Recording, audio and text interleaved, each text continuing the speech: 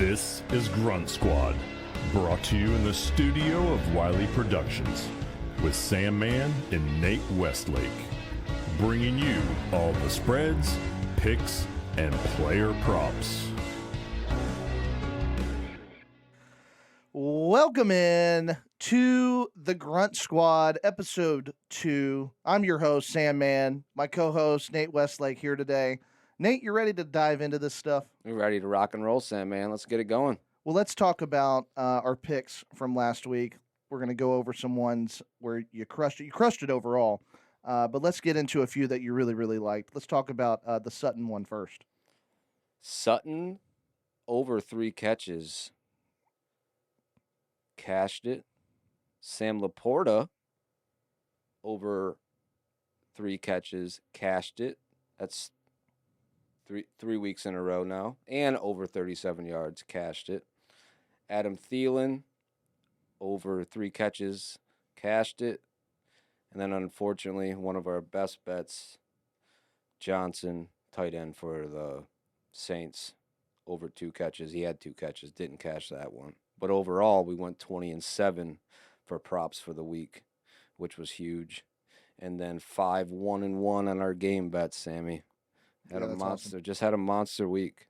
And like Sutton at over 3. The value there was tremendous. Sam Laporta, the value there was tremendous. Adam Thielen, just how do you with Bryce Young being out, you knew they were going to pass the ball way more. And the Andy Dalton being a seasoned vet, he was going to get the fair share of the targets. He looked good. He ended up getting Thielen looked great. Thielen looked great at 11 for 100 and something yards. He looked like the oldest spring chicken I've ever seen in my life. Oh, I mean, and he's been in the league a long time. Oh man, he's a smart. He's one of the best backups in football. And then I forgot about one, Raheem Mostert, a big one, plus 900. So that's 9-1 odds, you guys. Plus 900 on Raheem Mostert, over 54 yards receiving.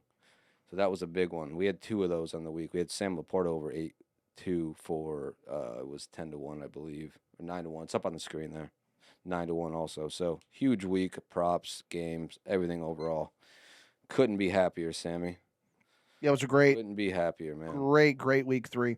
So let's talk about some injury news that came out. You had Mike Williams with the ACL out for the season, and bummer. How do you think that's going to impact Joshua Palmer and Quentin Johnston moving forward? I think Quentin Johnston is. Everybody was excited about him coming out of TCU. You watched TCU last year, that magical run they had. He was one of the biggest, components of that. And he hasn't had much production so far this year. It's kind of surprised me, especially in the red zone. I thought they would target him a little bit more. But when you have guys like Keenan Allen and Mike Williams, why change? Why change it up? It's either one or the other, though. It's either Mike Williams out, Keenan Allen's out. It's one of them. It seems that way every single year. If they could just, oh my goodness, at least they have some depth. And I think if you're going to ask me what you just asked me, Joshua Palmer, without a doubt, is going to get more of the targets early on. I think maybe as the year progresses, Quentin Johnston will eventually come on. He will play more in the red zone going forward for sure. Even though Farnham, I think is that how you pronounce it? Farnham. I don't know how to pronounce his name. He's like 6'8". He's a beast inside, so he's a tight end, but he'll get some targets too. That offense is just too good. It's hard to target some of those guys in an offense like that where they spread the ball around, especially with Eckler coming back, who's going to take 5, 6, 7, 8, maybe 8, catches away from some of those guys. But he's always one of the top 2 or 3 targets in the offense when he's healthy. So. He had 100. I think he had over 100 catches last year. That's why he was my number 1 player in if you were doing fantasy this year. That was what I recommended. I know him and CMC, but yeah, he should be coming back this week, I believe. Can't wait to see him come back. Joshua Kelly ain't getting it done, and no. I think if you have Quentin Johnston in deeper leagues, I think he's one that you kind of buy and hold. Yeah. Usually rookies have a better second half. Yeah, Joshua. After they develop and hopefully get some more usage in the offense, but a couple other key ones: Derek Carr, AC joint sprain, could be out for a few weeks. How do you feel about the transition with Jameis Winston and how that's going to impact New Orleans' offense? We talked about this, Sammy. I'm torn here. And I You know think which side I'm on. I know you're on Jameis's side, and I think the ceiling. This sounds kind of crazy. The ceiling might be higher with Jameis because Jameis isn't afraid to throw the ball around the yard. Jameis isn't going to sit there and dink and dunk you all day like Derek Carr is and play conservative football and not. I almost feel like Derek Carr cares about his stats, kind of like Aaron Rodgers did. He doesn't want to throw picks. He doesn't want to look bad. He doesn't want to be the reason why you lose. You know what I mean? It feels that way. And Jameis, he's a gunslinger, and he's gonna push the ball. You're probably gonna see him make more mistakes. So with that defense being as good as it is, Derek Carr he can sustain drives, keep drives going because of his dinking and dunking and things like that. But hey, I don't see much of a drop off, Sammy, and I know you don't either. I think we could see some big plays with Jameis coming in. Jameis now humbled. Jameis has learned, especially in that he's played with this group of guys for a couple years now. So I don't see much of a drop off, like some might say. I know you love it. I mean, I feel this is a huge opportunity for Jameis to come in. I wanted him to stay when Dalton took over the offense last year, and I think he's an potential upgrade in this situation too. I think Jameis 2.0, this is not the same 30 for 30, 30 touchdowns, 30 interceptions like he was when he was with Tampa Bay. At least we don't think so. This is a guy that's proven that he's more efficient with the ball. He's safer with the football. He still has the ability to give it to Olave on those deep routes. I mean, yeah. I think this is a perfect opportunity for him to excel in a way and to show, like I said, Jameis 2.0. So we'll see. It'd be interesting. It's fun. This is pretty cool. Jameis got a lot of fans in the South too, being from Florida State. Jameis is a likable guy. And don't forget, when he threw 30 picks in Tampa Bay, he was in that Bruce Arians offense. Bruce Arians offense is basically like the NFL's version of the run and shoot. It wasn't many short passes. It was all downfield stuff. So it isn't the same type of offense. So I like what we. It's not a terrible thing. I don't think Derek Carr is going to be out forever. They looked like they did the MRI. No, nothing too serious. Came back negative, so we'll see. Yeah, we'll see. Well, let's talk about Gus Edwards out with the concussion, and Rashad Bateman exited with an injury as well. What do you think? How's that going to impact Baltimore's offense? Lamar looks good. So far, so good. So far, so good. Even though they made some, they should have won that game against Indy. They kicked themselves in the what last week. But I don't think it's that. I mean, Justice Hill will be fine, but now they're thin. Now they're gonna have to go get a guy at the practice squad. I don't know who, but they're gonna have to do something if Gus Edwards can't go this week. But I think he'll be fine going forward. And what do you got the best running quarterback in football. So when they need to get a run, they need to get a first down, they need to make a play. Lamar Jackson's going to get it done. So far, this offense, with the new OC coming over from Georgia, I don't know what the names off the top of my head's not, but so far so good with this offense. Last week was a little bit of a blunder, but I like it. I like Zay Flowers is getting the job done. Bateman's doing good. Odell will be back soon. When you've got Mark Andrews 2 weeks off, forgot about Mark coming back. Oh, the number one option. You know. Yeah, he's his favorite. He's his favorite guy underneath, and he's not just underneath guy. He can do everything. Mark Andrews. For sure, for sure. Well, we also want to take this time to thank Wicked Pecker Off Road for sponsoring today's episode, and let's jump into what caught our attention over the weekend. I think we got to start off with the game that caught everybody's attention. Oh my goodness! This past Sunday, which is the Miami Dolphins. That wasn't a video game. Yeah, they scored a few points. I think that was a real game. That wasn't a video game. Yeah, most points since 1966. Yeah, just 70. Only 10 touchdowns. Only 10. And they should have broke the record, folks. Like, come on! If you're listening to this, tell me you like. And I don't think that's rubbing it in. That's not rubbing it in. But that was classy by Mike McDaniels to not kick that. That was classy. It was. They could have broke the record scoring 73 points. Everything they did worked. And nothing was working for Denver on defense. They couldn't stop a run. They couldn't stop a runny nose. They couldn't stop anything. Even with Waddle out. And they gave up in the second half too. They just basically gave up with Waddle out. It's insane. It was fun to watch though. It was. Dolphins fans, quit complaining about Tua. Stop it. I was complaining about Tua for years. I admit I'm wrong about Tua. Tua's just fine. Tua's good, really good, especially in that Mike McDaniel's offense, which is Kyle Shanahan's offense. Yeah, 23 for That 26. was awesome. And Sean Payton, boy, you're swallowing your words, man. And you need to own it. I'd like to see him come out and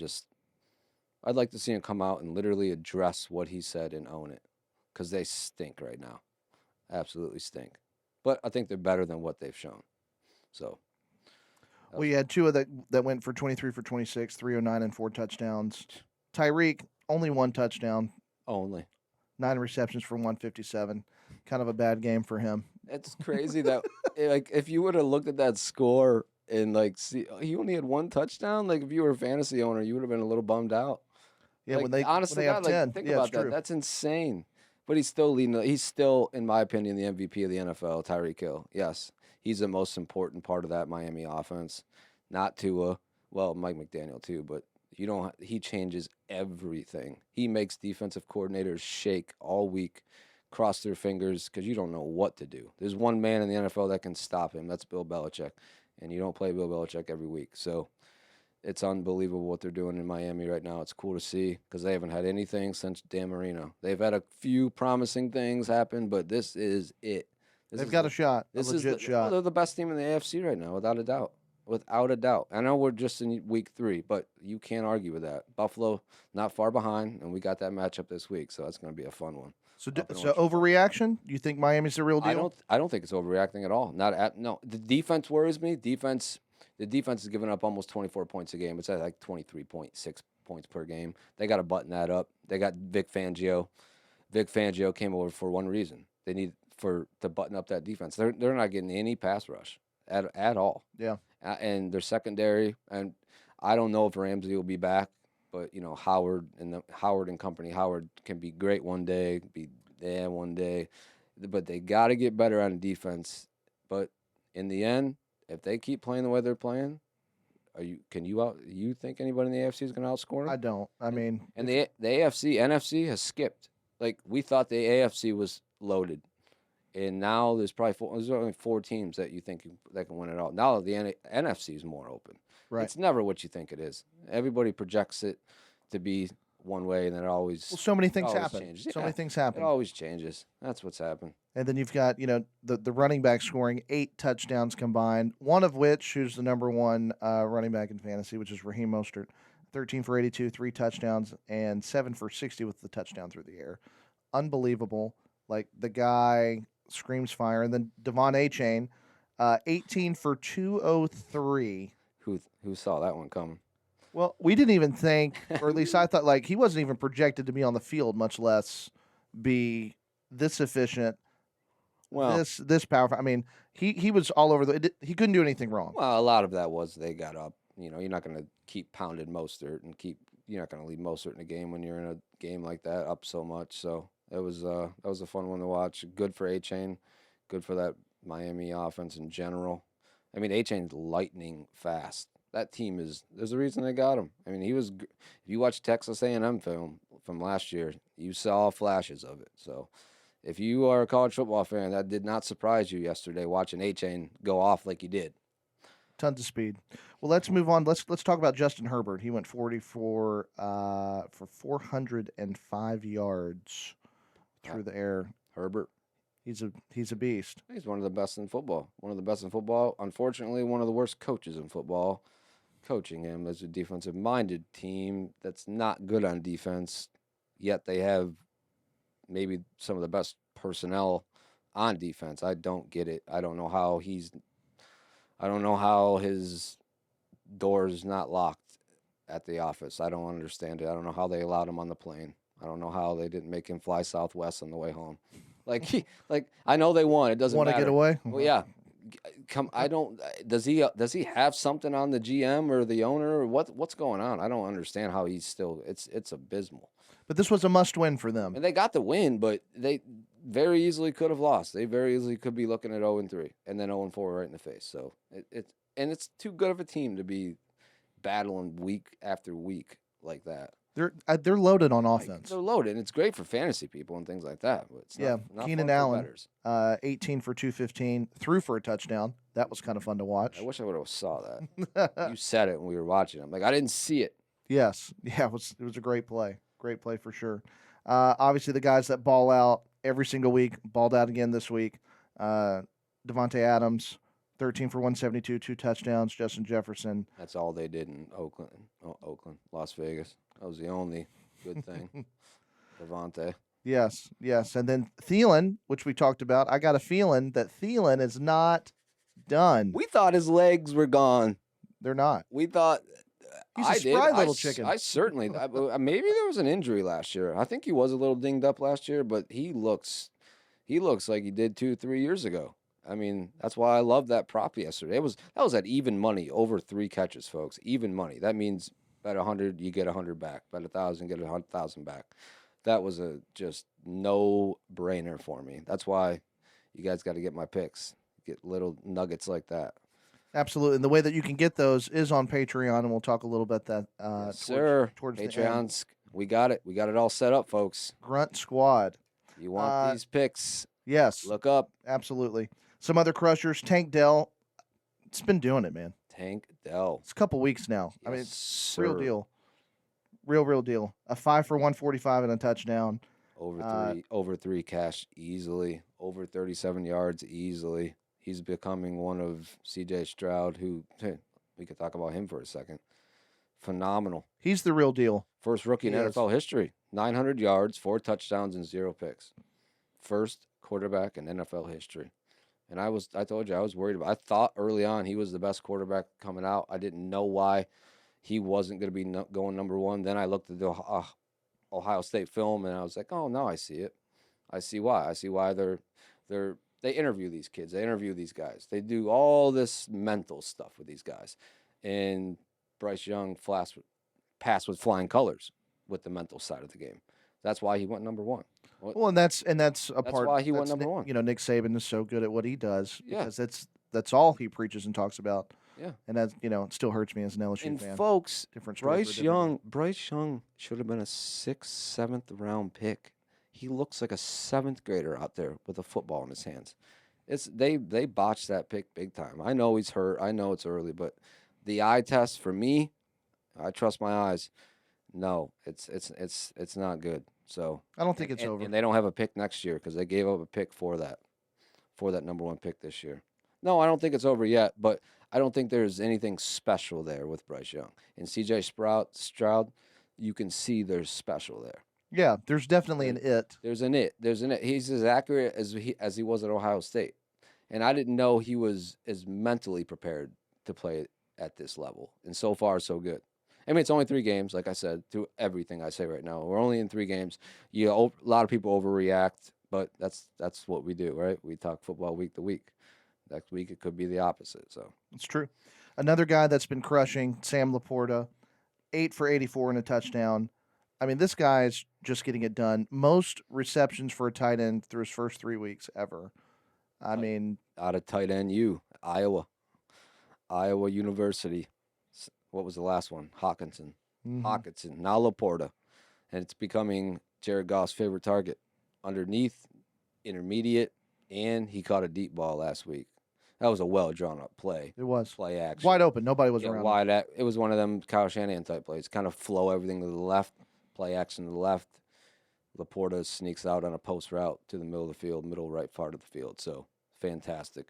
So, yeah, I mean, obviously the usage that they use Laporta with, 80% of snaps he's out there. So, I know there was a lot of hype on Kincaid coming into this season, but with him still, splitting time with Dawson Knox, two tight end sets. Yeah, 12 personnel. Buffalo's running a lot of 12 personnel, leaving. That was what they wanted to do that this year. That's why they drafted Kincaid. When Kincaid's a stud, also. You insert Kincaid into that Detroit offense, he's probably doing the same thing. But it's Kincaid is, like you just said, splitting time with Dawson Knox. So when they're in 12 personnel, Detroit runs a lot of 11 personnel. 12 personnel means 2 tight ends, 1 running back, 2 wide receivers. 11 personnel means 1 running back, 3 wide receivers, 1 tight end. So That's a little bit of it. It's been More fun. more usage More for sure. exactly. More usage in 11 personnel. Well, let's get into some guys that kind of crap the bed. Oh, we had a few. Every And week. we've got Justin Fields to open with 11 for 22, 99 yards. Oh, This man. is a red alert, Oh, in my opinion. I almost got sick. Justin Fields. What else can you say? How do you call plays for Justin Fields right now? How do you sit in the meetings all week long and figure out what to do with this kid? And in a way, I think it's over. He's not an NFL quarterback. Maybe he could do like, remember like Terrell Pryor back in the day, switch positions. I don't know. Could he be a running back? Could he be a tight end? Could he be a wide receiver? Because he's that athletic, but he can't throw the ball, folks. And maybe we're just jumping the gun here, but we've seen it for 3 years now. Is it year 3? Yeah, 3 years. It's a mess. It's a mess. They have a defensive-minded coach, and they don't know what the heck they're doing as far as play calling goes. They wanted to, like you said to me earlier. What'd you say? I think the bottom line is that teams figured out, hey, Justin Fields is going to try to run the ball a lot, and they're shutting that down. Yeah. And this guy, he's not a pocket passer. He's got the lowest passer rating since 2021 when he's inside the pocket. It's absurd. It's abysmal. So they figured out, he had the cheat code, and they're like, yeah, you thought you did, and we'll just shut that down and, hey, prove it that you can throw, and obviously he hasn't passed the test. So I think the only option is with the draft capital that they've spent, the weapons that they've tried to put around him, like DJ Moore, and giving up the first-round pick. And Mooney. Yeah, and the only thing that they can do is to do more RPO and to hopefully be able to. I think that's the only way, Sammy. Get something on the outside, get him in space somehow, but it's not looking good. It just isn't. They got to completely tear this offense down and go back to the college offense. That's it. That's the only thing, and I don't think he wanted to do that. And it's unfortunate for these fans because this fan base has never had a good quarter. Never in my lifetime, in your lifetime, in most people's lifetimes listening, this team has the best quarterback in Denver is Jay Cutler. So think about that one for a second. And there was so much hope coming into this year. It's a bummer. It really is. And it's again a defensive-minded coach in an offensive league, and they completely botched this. And it's his mechanics. If I watch quarterbacks it's one of my favorite things to do. Pick apart a quarterback, his footwork, his mechanics, the way his arm slot, the way the ball comes out. It's different every other throw. There's open guys. They are creating plays downfield. He's just not seeing it, and when he does see it, he's not hitting it. And what do you do? He's terrible. He's downright hesitation. terrible. He doesn't have confidence in himself. The confidence is gone. And an athlete, once you lose that, that's it. But that's why I think that there's the only sliver of hope is that if they can get him doing what he does best, which is get him out in space, let's get him in situations where he can succeed on his feet, and if we can do that, build some momentum, potentially there's a way out of this. Get him back to using his instincts. Get him back to backyard football, using his after it. Yep. Because I don't pick. I know for a fact they're sitting in the GM, the owner, the coaches are sitting in their meetings right now, and they're thinking of a way. How are we going to salvage the rest of this season and get out of it the best way we can, and then we're going to move on from there. So. And I think you're right, Sammy. I think they're going to revert back to that. They have to. They've got no other choice. And we could be wrong. Like he might throw for 330. I mean, he called it. He said he was going to throw for 4,000 yards this year. I don't think that's happening. But because no Bears quarterback has ever thrown for 4,000 yards. I don't know if anybody knows that, but yeah, that's not going to happen. So they got to be able to catch the football first, and so yeah, I know it's a bummer. One step at a time. Well, another one that wasn't great this week was Trevor Lawrence, and they got completely owned by Houston this week. I mean, dominated, just like they did last year. What's going on with the Prince? I mean, they've taken away Calvin Ridley. Yeah. You've got Ingram. Kirk was getting at least a little more usage this week versus last week, but I just don't see any fluidity with that offense. That's what my eyes are telling. I don't see much fluidity. There's no doubt about it. The kid's got he's He's still a phenomenal quarterback. There's no question about that. But there's something going on with this offense. There's not enough balance right now. I think they'll get it going. Like I said, we're only in week 3, and in today's game, with the way they've changed the rules, there's only so many practices. There's only so many preseason games. There's only so many days with pads on. So sometimes you see the first 2, 3, 4 weeks, teams are just trying to figure out who they are. You know what I mean? Things like that. So hopefully that's what it is. Hopefully they get it together. The offensive line hasn't been good. But, defense, the secondary's been really good. The defensive front, it's got promise, but the offensive line hasn't been good. They're going to get their best offensive lineman back. Brown, I believe his name is. Yeah. Yeah, Robinson. He'll be back soon from suspension. I think he gets back, things might start clicking a little bit. But the meter isn't, I'm not totally. It's not red alert yet. It's not red alert, but it's like, come on, guys, what the heck's going on here? Got to monitor the a situation. lot of people pick these guys to win. A lot of smart people had them as a number 1 seed because of the strength of their schedule. But on paper, the strength of their schedule is very easy, and so far, We'll see. We'll see going forward. I think this is a red alert, and that's Derrick Henry. 11 for 20 yards. Getting old. That is, we knew this day was coming. I know for a lot of fantasy managers out there that the draft capital that you spent on a guy like this was extremely high, and you didn't want to be left holding the bag, and I feel this could be the beginning of the end for him. And, he was already splitting time with Tajay Spears. The usage is only going to increase with the inefficiency that he's had up to this point. How do you feel? Tajay Spears, at least they have him. And maybe some of it is it's early in the season. It's like I said last week, the NFL is a marathon, not a sprint. Tajay Spears is splitting carries with him. Tajay Spears has been phenomenal. I mean, there's some cuts he's made that are just, whoa, baby. I mean, Chris Berman, whoop, that kind of stuff. Like, it's been fun. He's good. And so maybe they're just kind of saving his legs for later. I don't know. But they have no passing game. That's another defensive-minded coach, defensive-oriented team. Run ball first, play defense, old-school football. Well, that's all they can do because Tannehill can't get it done in the air. But that's how they're built. That's how that team's built. That's been the identity. It's always been the identity. Since Derrick Henry has been there, they're giving the ball, and hopefully, we can take it to the house and that be it. Yeah, they're trying to find a quarterback. They've drafted Willis. They drafted another first rounder last year, the kid out of Kentucky. It's just, I don't know. Tannehill's getting up there. You give Tannehill time, Tannehill can get it done. I mean, they were the number 1 seed 2 years ago. They'll be fine in the end. I think. It wasn't because of Ryan.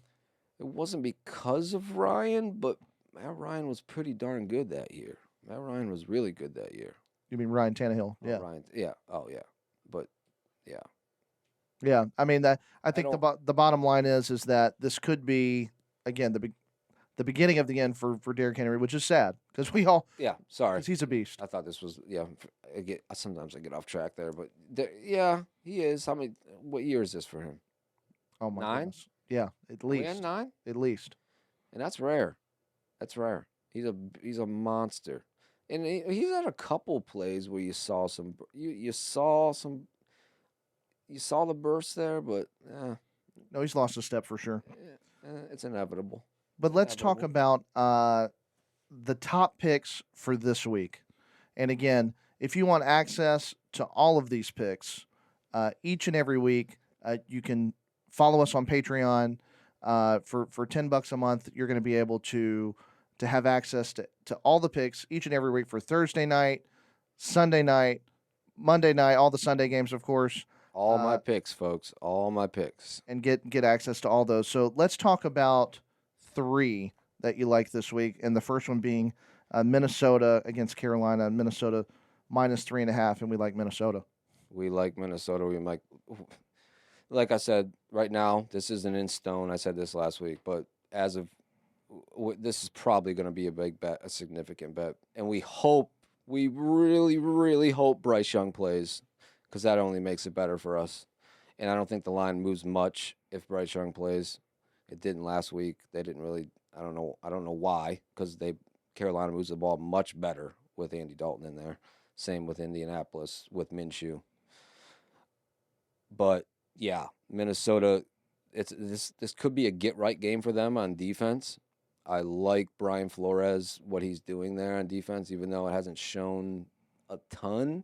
I've seen glimpses that they're getting better. They don't have the personnel wise, they're not great on defense, but they could get it done. And Minnesota, 1,218 yards so far this year, but they're giving up 1,147 yards. They've scored 70 points, and they've given up 82 points. I mean, they just need a game. I think they need a game like this. They've had some tough opponents early on, and finally they get a game like this. And last week they got the running game going. That's what I like. Last week they had 120 rushes, and they only gave up 30 yards on the ground to the Chargers. I don't know why the Chargers didn't run the ball last week. I have no idea. Even with Joshua Kelly, I mean, you got to balance it out there. I mean, he was inefficient and in a shootout. Yeah. So it's, when you're forced kind of against the wall to keep up. Madison did have better efficiency. Madison was fantastic. It was much better. I saw some pop in Madison, and they might be getting Akers this week, which could be a little option out of the backfield for Cousins and whatnot. So that's a play we are leaning towards very, very much so, folks. So let's look at your second one that we like, which is Kansas City against the Jets. Kansas City minus 9.5. Love it. This is your classic good versus horrendous. Now, it doesn't always work, but you're gonna give me this under 10 points at 9.5. This opened at 7.5. I bet it at 7.5 right when it came out to look ahead. I mean, we're talking about a team in New York with Zach Wilson. I mean, they're averaging 155 yards in the air. He's completing 51% of his passes. They're only rushing for 91 yards a game. It's absolutely horrendous. And he's going up against another Kansas City's defense. Kansas City D, baby. A defense that you don't. What's crazy about this Kansas City team for the first time in the Andy Reid Mahomes era, this is the best unit on the field right now, is their defense. Not their offense, not their running backs, not their wide receivers. Mahomes is still Mahomes, but their defense is legit. And I don't see how Zach Wilson moves the ball in this defense, and I don't see how they can keep up and keep this game close. You might want to look first half in this game too. Look at those numbers. If you can get a first half under 7, I would also take that. It's just one of them games, folks. Yeah. Pound it. You don't get these opportunities a lot. You only get them a few times a year. Take advantage of it. So this is the one for sure. Yeah. And then your final one, the Denver against Chicago. Denver minus 3. Yeah, it's another. Denver's not, elite, but Chicago's at the bottom of the barrel. And this is another one, get right game on defense for Denver. I like it. I mean, they're going against the worst. We just talked about the second worst offense in football in the Jets. We're going against the worst offense now in the Bears. And they've been just abysmal. I mean, we've already touched on that. There's nothing better to, what else can we say about the Bears? Russ has played better than it's kind of looked. Last week, he had some drops in the red zone, things like that. And last week they kind of quit. So I think this week you should. I mean, grown men don't like to get embarrassed like that. They don't like. That's not something. Some do. Just depends who you ask. Yeah, I'm just saying, like, especially athletes, guys. This is a game. And that look ahead line was 1.5 on this game. So it's at 3 in some markets. I have it at 3 in my power ratings, but it's at 3. Some books you can get it at 3, but it's probably going to get up. It's at 3.5 in other places. I would say the consensus right now is 3.5. I like it under 5, even if because I'm guessing it will go up a little bit. I mean, Chicago has only gained 750 yards this year. They've given up 1,222 yards. Denver's gained a little over 1,000 yards, but they're also giving up 1,300 yards. But 700 of that was just last week to Miami. So that's kind of can't really use that, yards they've given up too For much. sure. You guys know what I'm saying about that one. So Well, those are our top three. And again, just want to reiterate, we thank you so much for tuning in and listening to us. oh my god. And the way to support myself as well as Nate, it's to hop on Patreon. Just type in Grunt Squad, and that'll pop up for us. And that's a way for us to continue to keep bringing content to you guys, to have fun, to talk about these picks. And it gives you access to these picks every single week. Nate's going to keep crushing it. We're going to keep crushing the numbers and doing the research and finding the value for you guys. So thank you so much for tuning in. And Nate, go ahead. Yeah. No, I mean, you did a tremendous job there, Sammy. Just come on. The Patreon thing's fantastic. That means you're going to get all these plays. Like I said, we went 20-7 this week on props. We went 5-1-1 in our game bets, and we are around 70% on the year in general. So, absolute on fire to start. We're seeing it very well, seeing things very, very well, and I just, like I said, this opportunity I have to be in front of you guys and get my picks out there is something I couldn't wait to do. Finally get to do it with my main man, Sandman, here. And thanks to Alan Cotton. This is awesome. So let's get on Patreon and support us and help us out. Much appreciated. Awesome. Well, thank you so much, guys. And until next week, we'll see you next time. Have fun. Take care, guys.